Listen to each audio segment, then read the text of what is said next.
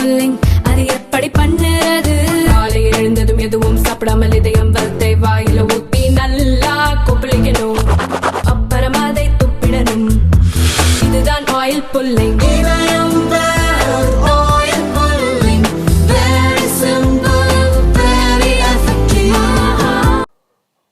மத்திய பட்ஜெட்டில் திருமதி நிர்மலா சீதாராமன் அவர்கள் அனௌன்ஸ் பண்ணினபடி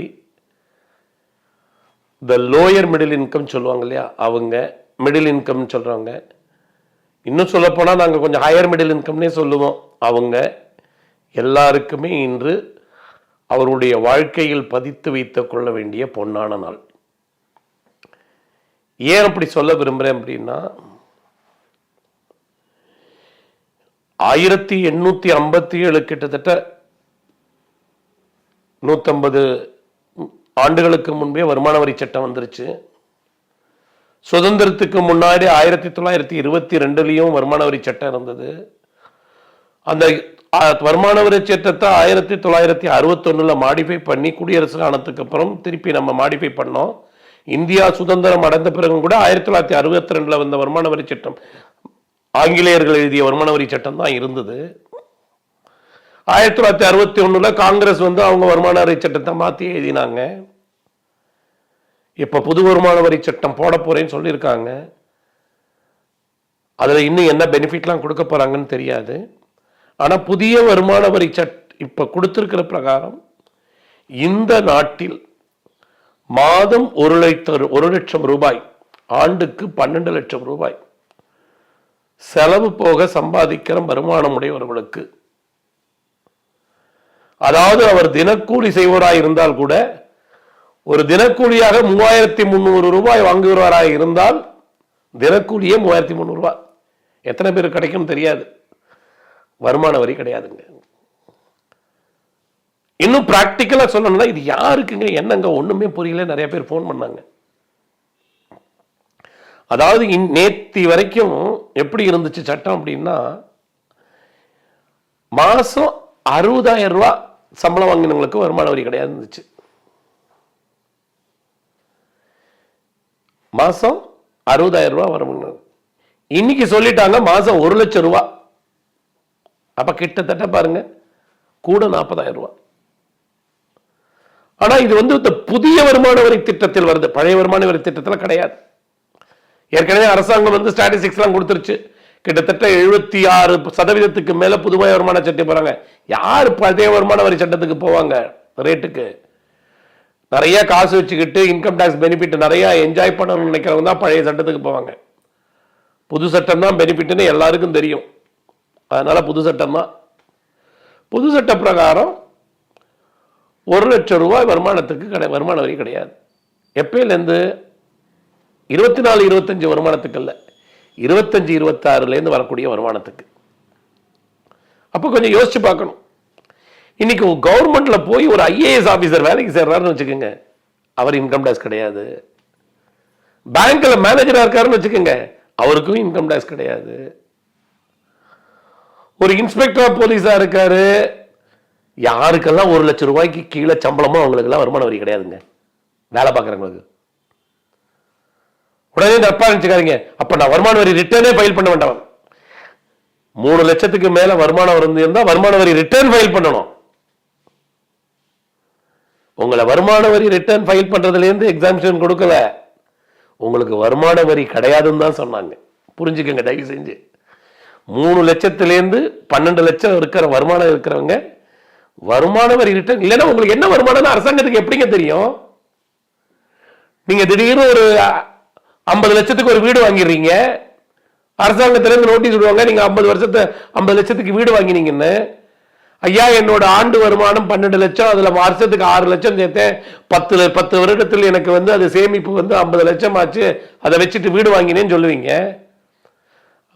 உங்களுக்கு ஆண்டு வருமானம் 12 லட்சம் இருந்துச்சுங்கிறதுக்கு அரசாங்கத்துக்கு ஒரு ரெக்கார்டு இருக்கணும்ல. அதனால அரசாங்கம் என்ன சொல்லுதுன்னா, நீங்க 3 லட்சத்திற்கு மேல் 12 லட்சம் வரைக்கும் வருமானம் இருந்தாலும் வருமான வரி நம்ம இன்கம் டாக்ஸ் ரிட்டர்ன் தாக்கல் செய்ய வேண்டும். அதே நேரத்தில் உங்களுக்கு வருமான வரி கிடையாது. நீங்க கையை விட்டு ஒரு பைசா கட்ட வேண்டாம். அதை புரிஞ்சுக்கங்க. சார் இது சேலரி வாங்குறவங்களுக்கு மாத்திரம் தானா? இல்லைங்க. இப்போ ஒரு சிறு குறு வியாபாரி இருக்கார். அவர் ரொம்ப நல்லவர். எல்லாமே யூபிஐ, ஜிபே, பேங்க் மூலமா தான் வியாபாரம் பண்ணுவார். ஒரு ரூபாய்க்கு மிட்டாய் வித்தா கூட ஜிபே பண்ணுதான் சொல்லுவார். கையை காசு வாங்க மாட்டார். அதாவது அவர் பண்ணுகிற வியாபாரம் அவ்வளவும் பேங்கிங் சேனல்ல தான் பண்றேன் அப்படின்னா, அப்படி வியாபாரம் ஃபுல்லா 100% பேங்கிங் சேனல்ல பண்ணினா 2 கோடி வியாபாரம் பண்ணினால் கூட, ஒரு வருடத்திற்கு 2 கோடி வியாபாரம் பண்ணினால் கூட, அப்ப என்ன அர்த்தம்? மாதத்திற்கு கிட்டத்தட்ட 16.5 லட்சத்துக்கு மேல, மாதத்திற்கு 16.5 லட்சத்துக்கு மேல. அப்பதான் 16 லட்சம் வந்தா தான் கிட்டத்தட்ட 2 கோடி வரும். வியாபாரம் பண்றவருக்கு வருமான வரி கிடையாது. இல்லைங்க, என்னால எல்லாமே வியாபாரம், நான் சின்ன கடைங்க, காசு கொண்டு வந்து தான் வாப்பாங்க, கேஷுக்கு தான் கொடுக்கணும், கேஷுக்கு தான் வாங்கணும், நான் கிராமத்தில் இருக்கேன், சிறு டவுனில் இருக்கேன், வில்லேஜில் இருக்கேன், இங்கே இருக்கேன், அங்கே இருக்கேன்னா கேஷில் தாங்க வியாபாரம் பண்ணுறீங்க. ஒரு நாள் மாதத்திற்கு 12.5 லட்சம், வருடத்திற்கு உங்களோட டேர்ன் ஓவர் 1.5 கோடி, ஆண்டு டேர்ன் ஓவர் 1.5 கோடி தாண்டவில்லை என்றால் உங்களுக்கு வருமான வரி கிடையாது. ஏன்னா அரசாங்கம் சொல்லுது 1.5 கோடி வருமானம் இருக்கிறவங்களுக்கு கேஷ்ல பிசினஸ் பண்ணாலும் சரி, எதுல பிசினஸ் 8% தான் வருமானம்னு எடுத்துக்கிறோன்னு. அப்ப என்ன அர்த்தம்? நீங்க 1.5 கோடி தான் வியாபாரம் பண்றீங்க அப்படின்னா இன்கம் டாக்ஸ் இனிமே உங்களுக்கு கிடையாது. 8% டிக்ளேர் பண்ணிட்டு போங்க. ஜிஎஸ்டியும் 1% தான் கட்டுவீங்க. ஆனா 1.5 கோடி பிசினஸ் பண்ணிட்டு நீங்க கட்ட வேண்டிய 1% ஜிஎஸ்டி ஒழுங்கா கட்டாம உங்களுடைய கஸ்டமர்கிட்ட போய் ஜிஎஸ்டின்னு போட்டு 5% 10% எல்லாம் வாங்காதீங்க, ஏமாத்தாதீங்க. அரசாங்கம் உங்களுக்கு இப்ப மேக்சிமம் பெனிஃபிட் கொடுத்துருச்சு. அப்ப யோசிச்சு பாருங்க, இது எப்படி சார்? என்னமோ சார் 12% ஜிஎஸ்டி இருக்கு சார், 18% ஜிஎஸ்டி இருக்கு சார், 18% 28% இருக்கிற ஜிஎஸ்டி எல்லாம் லக்ஸரி என்ஜாய் பண்ணணும்னு ஆசைப்படுறவனுக்கு. இன்னும் சொல்ல போனா 12% இருக்கிறதே லக்ஸரி என்ஜாய் பண்ணணும்னு ஆசைப்படுறவனுக்கு தான். உங்க வீட்டுல நீங்க உங்க அம்மா கடைக்கு போய் ரவை வாங்கி, சக்கரை வாங்கி, ரவைக்கு ஜிஎஸ்டி கிடையாது, 5% தான், சர்க்கரைக்கும் 5% தான் வரும். உங்க அம்மா கேசரி நெய் வச்சு பண்ணி கொடுத்தாங்கன்னா உங்களுக்கு ஜிஎஸ்டி கிடையாது. நான் அந்த ரவா கேசரிய ஒரு நல்ல ஸ்வீட் ஷாப்ல தான் வாங்கி சாப்பிடுவேன் அப்படின்னா நீங்க 18% ஜிஎஸ்டி கட்டணும். நான் நடுத்தர வர்க்கம், நான் வாழ்வாதாரத்துக்கு கீழே இருக்கிறவங்க, இந்த ஜிஎஸ்டி பேரை சொல்லி நிறைய பேர் ஏமாத்துறாங்க. நடுத்தர வர்க்கமும் வாழ்வாதாரத்துக்கு கீழ் உள்ளவர்களும் எந்த பொருள் எல்லாம் அத்தியாவசியம், அவசியம் வேற, அத்தியாவசியம் வேற. அத்தியாவசியங்கிறது இது இல்லாம இருக்க முடியாது. அத்தியாவசியம் என்று நினைக்கிறார்களோ அந்த பொருளுக்கெல்லாம் 5% மேல வரி கிடையாதுங்க. அப்ப நீங்க 1 லட்சம் ரூபாய் வருமானம் வந்தா கூட 1 லட்சத்தையும் நீங்க அத்தியாவசிய பொருட்கள்ல செலவழிச்சீங்கன்னா 5% தாங்க டாக்ஸ். மொபைல் அத்தியாவசியம், அவசியம் கிடையாது. டிவி அவசியம் கிடையாது, இதெல்லாம் லக்ஸரி குட்ஸ். தயவு செஞ்சு சார் மொபைலுக்கு இந்த % டாக்ஸ் சார், டிவிக்கு இவ்வளவு % டாக்ஸ் சார்னா அதெல்லாம் வாழ்வாதாரத்துக்கு வேணுங்கிற பொருள். நீங்க குடியிருக்கிற வீட்டுக்கு, செங்கலுக்கு, மண்ணுக்கு, அந்த மாதிரி சாப்பிட்ற பொருள், போட்டிருக்கிற ட்ரெஸ், நீ 1000 ரூபாய்க்கு மேல இருக்கிற ட்ரெஸ் தான் வாங்குவேன், 2000 ரூபாய்க்கு மேல இருக்கிற ட்ரெஸ் சட்டை தான் வாங்குவேன்னா அதுக்கு டாக்ஸ் வர செய்யும். நீ நார்மலா ஒரு 400 ரூபாய்க்கு 500 ரூபாய்க்கு சட்டை வாங்குறேன்னா அதுக்கு என்ன டாக்ஸ் கிடையாது. இதெல்லாம் பார்க்கணும். ஏன்னா யாரும் இனிமே குறை சொல்ல முடியாது. கீழ்த்தர மக்களை, நடுத்தர மக்களை அப்படின்னு கன்சிடர் பண்ணலன்னு இது முதல்ல புரிஞ்சுக்கங்க. அப்ப இந்த நடுத்தர மக்கள், வாழ்வாதாரத்துக்கு கீழ் இருக்கிற மக்கள், பாவர்ட்டி லைன் பிலோ பாவர்ட்டி லைன்ல இருக்கிற மக்கள், இனிமே இவங்க மத்திய அரசாங்கத்தை கேள்வியே கேட்க முடியாது இந்த பட்ஜெட்டுக்கு அப்புறம். ஏன்னா மத்திய அரசாங்கம் அழகா சொல்லிடுச்சு, ஐயா இந்த நாட்டுல மத்திய அரசாங்கத்துக்கு கண்ட்ரோல்ல ஒரே ஒரு வரிதாயா இருக்கு, அது இன்கம் டாக்ஸ். மத்திய அரசாங்கத்து கண்ட்ரோல்ல வேற எந்த வரியும் கிடையாது. அதுல நாங்க 1 லட்சம் உங்களுக்கு வரி எக்ஸம்ஷன் கொடுத்துட்டோம் மாதத்திற்கு இன்கத்துக்கு. சார் அப்ப ஜிஎஸ்டி மத்திய அரசாங்கத்து கண்ட்ரோல்ல கிடையாதுங்க, அது மத்திய மாநில அரசாங்கங்களின் கூட்டு வரி. பொதுமக்கள்லாம் தெரிஞ்சுக்கங்க, ஜிஎஸ்டி வரி என்பது மத்திய மாநில அரசுகளின் கூட்டு வரி. இந்த கூட்டு வரியில லாபம் யாருக்கு தெரியுமா? மத்திய அரசாங்கத்துக்கா மாநில அரசாங்கத்துக்குன்னா மக்களுக்கு பல பேருக்கு உண்மை தெரிவதில்லை. ஜிஎஸ்டி வரி மத்திய அரசாங்கத்தின் மாநில அரசாங்கத்தின் கூட்டு வரி. இந்த கூட்டு வரியில் மிக பயனடைபவர்கள் யார்? மத்திய அரசா மாநில அரசானா? மாநில அரசுகள் தான். ஜிஎஸ்டி வரியை குறைக்கணும்னா மாநில அரசுகள் தான் முயற்சி பண்ணணும். என்ன சார் இப்படி எல்லாம் குழப்பறீங்கன்னு கேட்காதீங்க. ஐயா நான் நிறைய இடத்துல ஏற்கனவே இதே ஊடகத்திலையும் சொல்லியிருக்கேன், எல்லா ஊடகங்களையும் சொல்லிக்கிட்டே இருக்கேன். ஜிஎஸ்டி வரி நீங்க 100 ரூபாய் கட்டினீங்கன்னா 50 ரூபாய் மாநில அரசு எடுத்துக்கிறது, 50 ரூபாய் மத்திய அரசு எடுத்துக்கிறது. சார் நீங்க இப்பதான் சொன்னீங்க மாநில அரசுக்கு தான் பெனிஃபிட், 2 பேரும் சரிசமமா தானே சார் பகிர்ந்துக்கிறாங்க அப்படின்னு உடனே சண்டைக்கு வராதீங்க.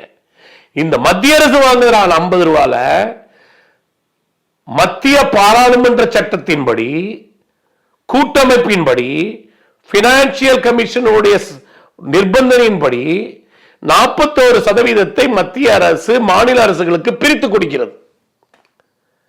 அப்ப அந்த 50 ரூபால கிட்டத்தட்ட ஒரு 21 ரூபாய் மாநில அரசுகளுக்கு பிரித்து கொடுக்கப்படுகிறது. அது என்ன மாநிலங்கிறது அந்தந்த மாநிலத்துக்கு என்ன ரேட்டுன்னு ஒரு வச்சிருக்காங்க. 1950ல இருந்து அக்ரி பண்ணி ஒரு 1/2% கூட 1/2% கம்மியாகும், ரொம்ப எல்லாம் மாறாது அது பிரகாரம். அப்ப ஜிஎஸ்டி வரியில மாநில அரசுக்கு போவது 71%, மத்திய அரசுக்கு செல்வது 29%. அதாவது 100 ரூபாய் வரி ஜிஎஸ்டி கட்டினீங்கன்னா மாநில அரசுகளுக்கு செல்லுவது 71 ரூபாய், மத்திய அரசுக்கு செல்வது ஒன்லி 29 ரூபாய்.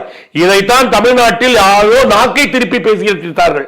மாநில அரசுக்கு மாநிலத்துக்கு 29 ரூபாய் கிடைக்குதுன்னு அதை எல்லா ஊடகங்களும் நம்பி எல்லாம் போட்டுருச்சு. அதான் பாவம். இந்த ஊரு 2 ஆனா கூத்தாடிக்கு கொண்டாடுன்னு சொல்லுவாங்க. மாநில அரசும் மத்திய அரசும் ஒத்து போல ஊடகங்களுக்கு ஜாலியா ஒரு பாயிண்ட் கிடைச்சிருச்சு. தமிழக மக்கள் செலுத்தும் வரியில் 29 காசு தான் மாநிலத்துக்கு கிடைக்கிறது. உண்மை என்னன்னா இந்த 29 எங்கன்னு வந்துச்சுன்னா ஜிஎஸ்டி வரியை பிரிக்கிறது. அதுல ஒரு அறிஞர் பேசினாரு, ஐயா இது மத்திய அரசுக்கு 29 காசு தாயா போகுது அப்படின்னாரு. அதை திரிச்சு பேசிட்டாங்க மாநிலத்துக்குன்னு. உண்மை அதுதான். எங்க இருந்து அந்த 29 நம்பர் வந்துச்சு கேளுங்க, சொன்னவங்களை போய் இங்க இருந்தா வந்துச்சு. அப்ப வாழ்வாதாரத்தில் கீழே இருக்கிறவர்கள் வரியை ஜிஎஸ்டி வரியை குறைக்க வேண்டும் என்றால் மத்திய அரசு தன்னிச்சையாக முடிவு எடுக்க முடியாது. மாநில அரசுகளின் ஒத்துழைப்பு இல்லாமல் எடுக்க முடியாது. மாநில அரசுகள் ஒத்துழைப்பு கொடுப்பதற்கு மக்கள் தான் முயற்சி செய்ய வேண்டும். ஏனென்றால் மாநில அரசுகள் 71% ஜிஎஸ்டி வரியில் பயனடைகின்றன. சோ இன்கம் டாக்ஸ்ல சென்ட்ரல் கவர்மெண்ட் பெனிஃபிட் கொடுத்துருச்சு. ஜிஎஸ்டில பெனிஃபிட் கொடுக்க முடியுமான்னு உங்க மாநில பைனான்ஸ் மினிஸ்டர் அடுத்த ஜிஎஸ்டி கவுன்சில் மீட்டிங் போறதுக்குள்ள அவரை தயார் பண்ணி அனுப்புங்க. சரி, இந்த சிறு துரு இவங்களுக்கு அடுத்த வரி யார் போறது? Property tax. அது மாநில அரசு தான் போடுது. லேண்ட் ரெவென்யூ டாக்ஸ் மாநில அரசு தான் போடுது. ஸ்டாம்ப் டியூட்டி மாநில, நீங்க ப்ராப்பர் சொத்தை வாங்கினாலோ வித்தாலோ போடுற ஸ்டாம்ப் டியூட்டி மாநில அரசு தான் போடுது. இல்ல ப்ரொஃபஷனல் டாக்ஸ் மாநில அரசு தான் போடுது. சோ இந்த வரிகள்லாம் மாநில அரசு கையில இருக்கு. சோ இனிமே சோசியல் மீடியாலயோ எந்த மீடியாலயோ பேசும்போது மத்திய அரசாங்கம் ஒரு IAS ஆபீசர் ஜாயின் பண்றவருக்கு கூட இன்கம் டேக்ஸ் கிடையாதுன்னு சொல்லிடுச்சு. ஆண்டுக்கு 2 கோடி ரூபாய் பேங்கிங் சேனல் மூலமாகவோ இல்லது 1.5 கோடி ரூபாய் பேங்கிங் சேனல் இல்லாமல் வியாபாரம் பண்ணாலோ அந்த வியாபாரிக்கும் வருமான வரி கிடையாதுன்னு சொல்லிடுச்சு. அவங்க கையில இருந்த கண்ட்ரோல் இருந்த வரியை இன்னைக்கு மக்கள் கையில கொடுத்துருச்சுங்க. இனிமே யாரும் பேச முடியாது இதுக்கு. அதனால்தான் இந்த நீதிக்கு மோடி ஐயா சொன்னாங்களோ என்னமோ, உங்களை தேடி லட்சுமி வர போறான்னு சொன்னாங்களோ என்னமோ. ஆனா ஒன்னே ஒன்று சொல்றேங்க, கொஞ்சம் தமிழக மக்கள்லாம் புரிஞ்சுக்கங்க. தமிழக ஊடகங்கள்ல தமிழகத்திலிருந்து தமிழ்நாட்டிலிருந்து வளர்ந்து வாழ்ந்த நிதியமைச்சரை குறை சொல்லிட்டு இருக்கீங்க. நிஜமாவே அவங்க லட்சுமிங்க. அவங்க வந்ததுக்கு அப்புறம் தான் 2.5 லட்சமா இருந்த எக்ஸம்ஷன் 5 லட்சமாச்சு. அவங்க 19ல தான் மினிஸ்டர் ஆனாங்க. 2.5 லட்சமா இருந்தது 5 லட்சமாச்சு. 5 லட்சமா இருந்தது 7 லட்சமா அவங்க தான் ஆக்கினாங்க. 7 லட்சமா இருக்கிறத 12 லட்சமா ஆக்கினாங்க. அதற்கு முன்னாடி இந்தியாவின் மத்திய அரசில் சம்பந்தப்பட்ட எந்த நிதி மந்திரியோ எந்த பெண் மந்திரியோ ஆக்கவில்லை. புரிஞ்சுக்கங்க, நிஜமாவே லட்சுமி. அவ்வளவுதான். சரி, வேற என்ன பெனிஃபிட் இந்த பட்ஜெட்ல கொடுத்தாங்க? சீனியர் சிட்டிசன் ஏதோ எங்கேயோ வேலை செஞ்சாரு, ஒரு 10 லட்சம் ரிட்டையர் ஆகும்போது கொடுத்தாங்க, 15 லட்சம் கொடுத்தாங்க, அதை பேங்க்ல போய் விட்டாரு, அதுக்கு 10% TDS பிடிக்கிறாங்க. அரசாங்கம் சொல்லிச்சு இது வரைக்கும் 50,000 வட்டிக்கு, இனிமே 1 லட்சம் வரைக்கும் வட்டிக்கு TDS கிடையாது. ஏன்னா இங்க 12 லட்சம் கொண்டுட்டோம், உங்கள்கிட்ட வரி பிடிச்சு நீங்க ரீஃபண்டுக்கா நிக்கணுங்கிற அவசியம் இல்லை. ஸோ 60 வயசுக்கு இருக்கிறவங்க பேங்க்ல வட்டி வரி கிடையாதுன்னு நான் சொல்லல, வரி பிடித்தம் கிடையாது. வரி வேற, வரி பிடித்தம் வேற. பேங்க்ல இருந்து வர வட்டியெல்லாம் சேர்த்து நீங்க வாங்குற பென்ஷன்லாம் சேர்த்து 12 லட்சத்துக்கு மேல போனா நீங்க டாக்ஸ் கட்டியாகணும். நீங்க வாங்குற பென்ஷன், வரி, வாடகை எல்லாம் சேர்த்து 12 லட்சத்துக்கு மேல போலனா நீங்க ஒன்றும் வரி கட்ட வேண்டாம். ஐயா எனக்கு சொத்தெல்லாம் கிடையாதுங்க, ஏதோ 2 வீடு வச்சிருக்கேன், வாடகைக்கு விட்டுருக்கேன், கடைக்கு வாடகைக்கு விட்டுருக்கேன், ஏதோ மாசம் கடையிலேருந்து 30,000 ரூபாய் வாடகை கொடுக்குறாங்க, 40,000 ரூபாய் வாடகை கொடுக்குறாங்க அப்படின்னா அதுதான் எங்களுக்கு வாழ்வாதாரமே. அந்த வாடகை படம் தான் வாழ்வாதாரமே. சில பேர்லாம் இருக்காங்க, சில பெண்கள்லாம் இருக்காங்க குடும்பத்தில், கணவர் இல்லாமல் வாடகை பணத்தை வைத்து தான் குடும்பம் நடத்துகிறவர்கள் இருக்காங்க. அரசாங்கம் பார்த்துச்சு, நம்ம வருமான வரியை உச்சவரம்பை 12 லட்சத்துக்கு கொண்டு போயிட்டோம், 50,000க்கு மேல வாடகை வந்தாதான் வருமான வரி பிடித்தமே அப்படின்னு சொல்லிடுச்சு. வருமான வரி இல்லைன்னு சொல்லல, தப்பா புரிஞ்சுக்காதீங்க. நீங்க இப்போ ஒரு கடையை வாடகைக்கு விட்டுருக்கீங்க, அதுல ஒரு 6 லட்சம் ரூபாய் வாடகை வருது, வருமான வரி பிடித்தம் செய்ய மாட்டாங்க.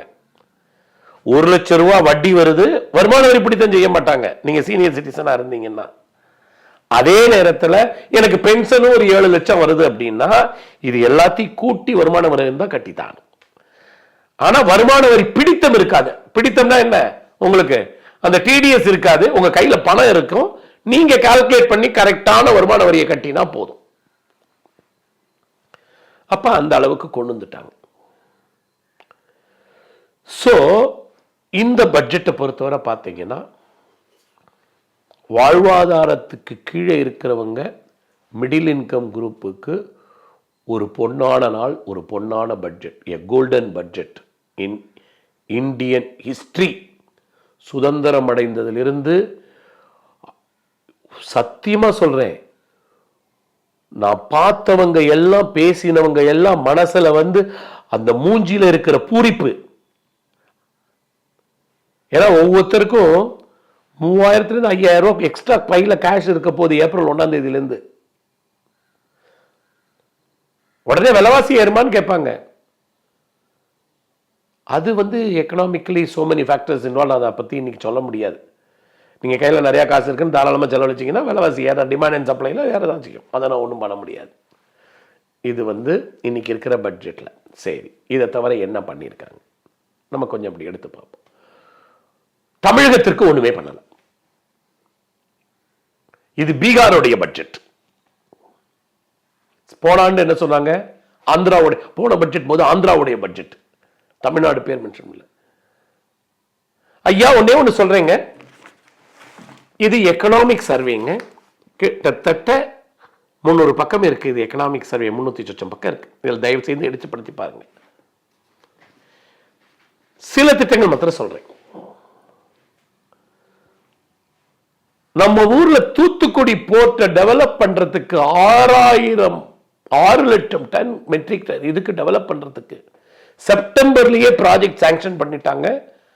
அவுட் சைடு ஹார்பர் போர்ட்டை டெவலப் பண்றதுக்கும் நிதி ஒதுக்கிட்டாங்க. ஒர்க் ஆரம்பிச்சிடுச்சு.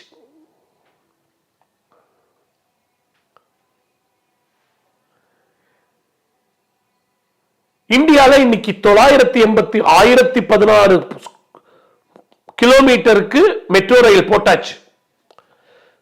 983 கிலோமீட்டருக்கு மெட்ரோ ரயில் போடணும். இதுல தமிழ்நாடுல இருக்கிற மதுரை, கோயம்புத்தூர் இன்னும் அதுல சேரல, ப்ராஜெக்ட் சாங்ஷன் பண்ணல. மற்ற ஊர்ல சாங்ஷன் பண்ண ஊரை மொத்தம் சொல்றேன். அந்த 983ல 116 கிலோமீட்டர் கிட்டத்தட்ட சென்னையில தாங்க இருக்கு. அப்ப தமிழகத்துக்கு இல்லைன்னு எப்படிங்க சொல்லுவீங்க? ஏன்னா ஒவ்வொரு பட்ஜெட்லையும் தனித்தனியாக பண்ண முடியும். சேலம் அகலவழி பாதைக்கு கொடுத்தாங்க திட்டத்தை மாநில அரசுகள் எதிர்த்தன, மாநில கட்சிகள் எதிர்த்தன. மத்திய அரசாங்கம் தரமாட்டேன்னு சொல்ல, மாநில கட்சிகள் எதிர்த்தன. சரி, இன்னைக்கு எத்தனை பேர் வாட்ச் பண்ணீங்க?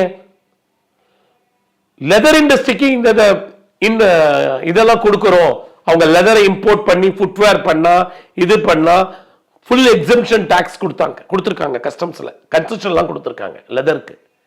சார், லெதர்னால நமக்கு என்ன சார் அட்வான்டேஜ்? இந்தியாவில் கொள்முதல் பண்ணி வியாபாரம் பண்ணக்கூடிய லெதர் குட்ஸ்ல, லெதர் செப்பல்ல மொத்தம் 38% இந்தியாவில் விற்கிறதுல தயாரிக்கப்படுகிறது தமிழகத்தில் தான். எந்தெந்த மாவட்டங்களில் தயாரிக்கப்படுகிறதோ அந்தந்த மாவட்டங்களில் இருக்கிற லெதர் இண்டஸ்ட்ரிக்கு பெனிஃபிட். இந்தியாவிலிருந்து இன்னைக்கு 100 ரூபாய்க்கு லெதர் எக்ஸ்போர்ட் அயல்நாடுக்கு போறதுன்னு வச்சுக்கோங்க. அதுல 48% தமிழகத்தில் தான். நான் சொல்லலைங்க, இந்த ரிப்போர்ட் சொல்லுது, படிச்சு பாருங்க. அந்த லெதர்க்குன்னு ஒரு பக்கத்துல ஒரு பக்கம் அப்படியே இது போட்டு எழுதியிருக்காங்க, கட்டம் போட்டு எழுதியிருக்காங்க.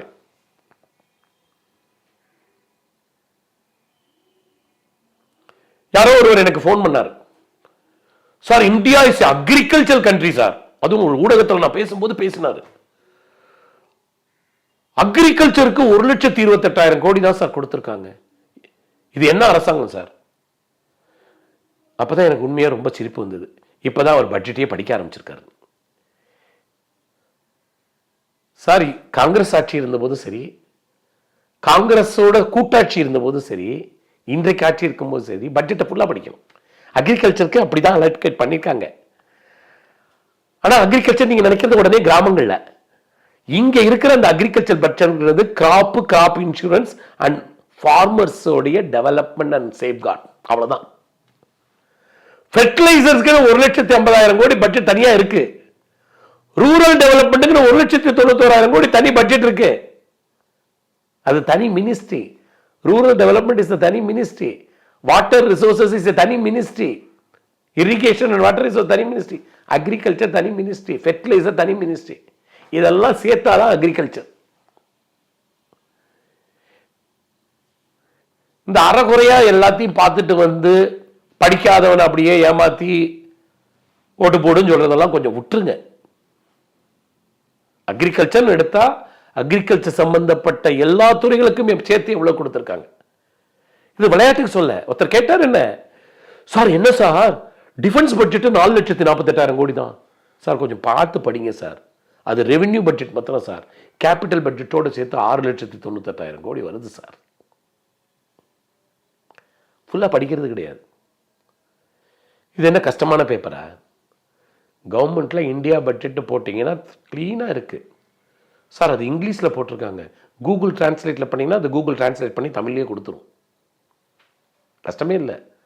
இதுக்கெல்லாம் போய் ஒரு தமிழ் அறிஞரையோ தமிழ் ஆசிரியரையோ பார்க்கணுங்கிற அவசியம் இல்லை. எனக்கு தமிழ் தான் படிக்க தெரியும், தமிழில் தான் அந்த பட்ஜெட்டை படிக்கணும்னா இங்கிலீஷில் டவுன்லோட் பண்ணுங்க, கூகுள் டிரான்ஸ்லேட்ல போட்டு கூகுள் டிரான்ஸ்லேட் அதை டிரான்ஸ்லேட் பண்ணி சொல்லிடும். இனிமே யாரையும் ஏமாற்ற முடியாதுங்க. நம்மளா ஏமாறணும்னு நினைச்சாதான் ஏமாறலாம். ஸோ தமிழகத்துக்கு என்னென்ன ஏரியால வேணுமோ அதுக்கெல்லாம் சாங்ஷன் இருக்கு. இங்க ஒரு உண்மையை சொல்ல விரும்புறேன். தமிழகத்துல சர்வீஸ் செக்டாரோட growth வந்து கம்மியாயிடுச்சு கடந்த சில ஆண்டுகள்ல. ஏன் சர்வீஸ் செக்டாரோட growth குறைச்சிருச்சுன்னா, அந்த சர்வீஸ் செக்டாரோட growth கடந்த ஒரு 5-6 ஆண்டுகளாக ஹைதராபாடும் பெங்களூரும் எடுத்துக்கிடுச்சு. இதற்கு யார் காரணம்? இங்கு ஆட்சி செய்தவர்களே காரணம். ஏன்னா தமிழகத்துடைய சென்டர் பில்லர்ங்கிறது சென்னை மாநகரம். 15 ஆண்டுகளாக 2010 இருந்து சென்னையோட ஏர்போர்ட்டை எக்ஸ்பேண்ட் பண்ணணும்னு முயற்சி பண்றாங்க. இன்னைக்கும் லேண்ட் வாங்குறதுக்கு கொடி பிடிச்சிட்டு இருக்காங்க.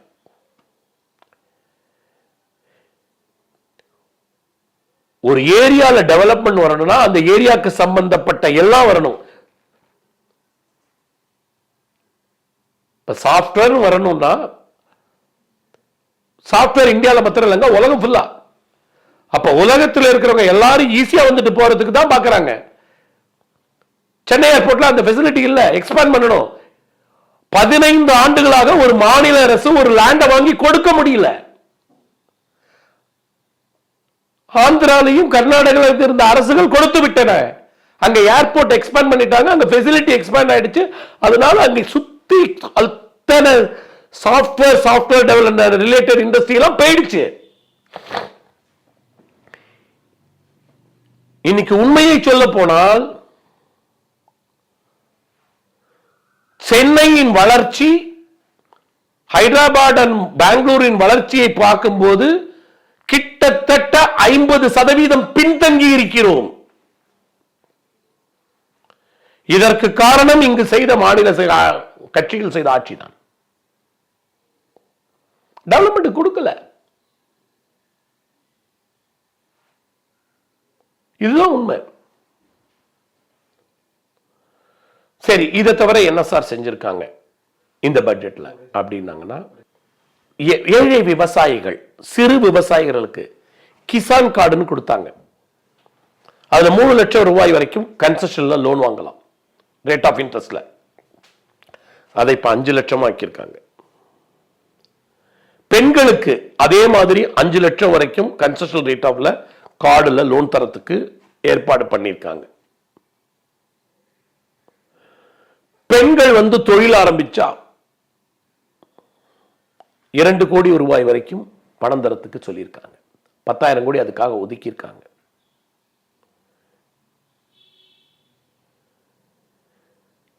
இன்னைக்கு அரசாங்கம் பேசிக் கொள்கிறதே பள்ளி குழந்தைகளுக்கு காலை உணவு திட்டம். அதற்கு பணம் கொடுப்பது யார்? இன்னைக்கு மத்திய அரசு. சைல்டு நியூட்ரிஷன், உமன் நியூட்ரிஷன், 8 கோடி குழந்தைகளுக்கு நியூட்ரிஷன் சத்துணவு கொடுப்பதற்கு மத்திய அரசாங்கம் மாநில அரசுகளுக்கு நிதி ஒதுக்குகிறது. அந்த நிதி எடுத்துதான் இவங்களும் கொஞ்சம் கூட போட்டு காலை உணவு அப்படின்னு கொடுத்துட்டு இருக்காங்க. 1 கோடி பிரெக்னன்ட் லேடி பிரசவத்திற்காக உதவி செய்கிறது. 20 லட்சம் பெண்களுக்கு உதவி செய்ய போகிறது.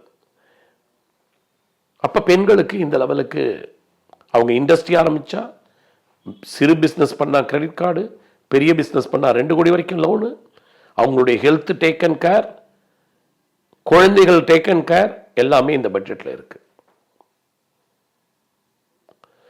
சரி, இண்டஸ்ட்ரி சிறு வியாபாரிகளுக்கு என்ன சார் பண்ணிருக்காங்க? மாத்தி அமைச்சிட்டாங்க. மைக்ரோ இண்டஸ்ட்ரினா எல்லாமே டபுள் பண்ணிட்டாங்க. பிளான்ட் அண்ட் மிஷினரி 1 கோடியிலேருந்து 2 கோடி ஆக்கிட்டாங்க. டேர்ன் ஓவர் 10 கோடியிலேருந்து 25 கோடி ஆக்கிட்டாங்க. 1 கோடியிலேருந்து 2.25 கோடி ஆக்கிட்டாங்க. டேர்ன் ஓவர் 10 கோடியிலேருந்து 20 கோடி ஆக்கிட்டாங்க. ஸ்மால் ஸ்கேல் இண்டஸ்ட்ரிக்கு அதே மாதிரி plant and machinery value double பண்ணிட்டாங்க, டேர்ன் ஓவரை டபுள் பண்ணிட்டாங்க. மீடியம் இண்டஸ்ட்ரிக்கு 100 கோடி டேர்ன் ஓவர்லேருந்து 250 கோடி ஆக்கிட்டாங்க. கேபிட்டல் பிளான்ட் அண்ட் மிஷினரி 50 கோடியிலேருந்து 125 கோடி கொண்டு வந்துட்டாங்க.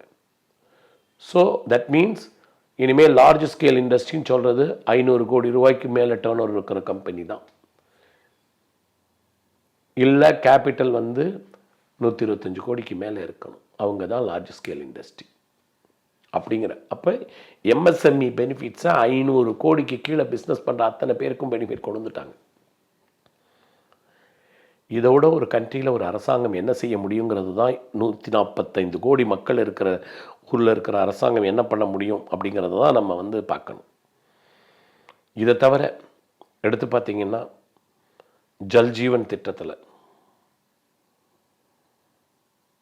எவ்வளவு வீடுகளுக்கு கிட்டத்தட்ட 80% வீடுகளுக்கு ஆல்ரெடி கனெக்ஷன் கொடுக்கப்பட்டன.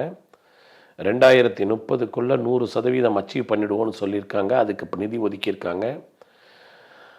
அதே மாதிரி மாநில அரசுகள் இப்போ தமிழ்நாடு நம்ம ரோட்டில் போகும்போது இது நேஷ்னல் ஹைவேமோ இது ஸ்டேட் ஹைவேமோ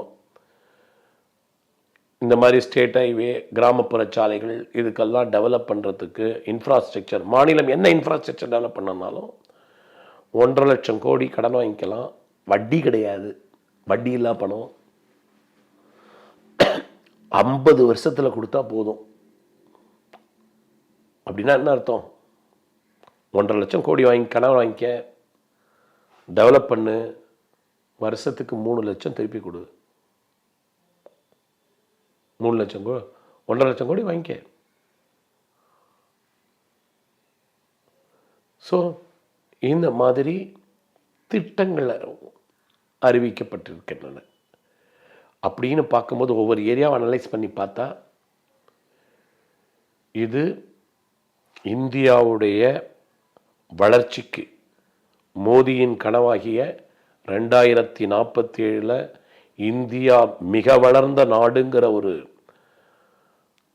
முயற்சிக்கு தன்னம்பிக்கைக்கு ஏற்ற மாதிரி தயாரிக்கப்பட்டு அனௌன்ஸ் பண்ணக்கூடிய பட்ஜெட்டு.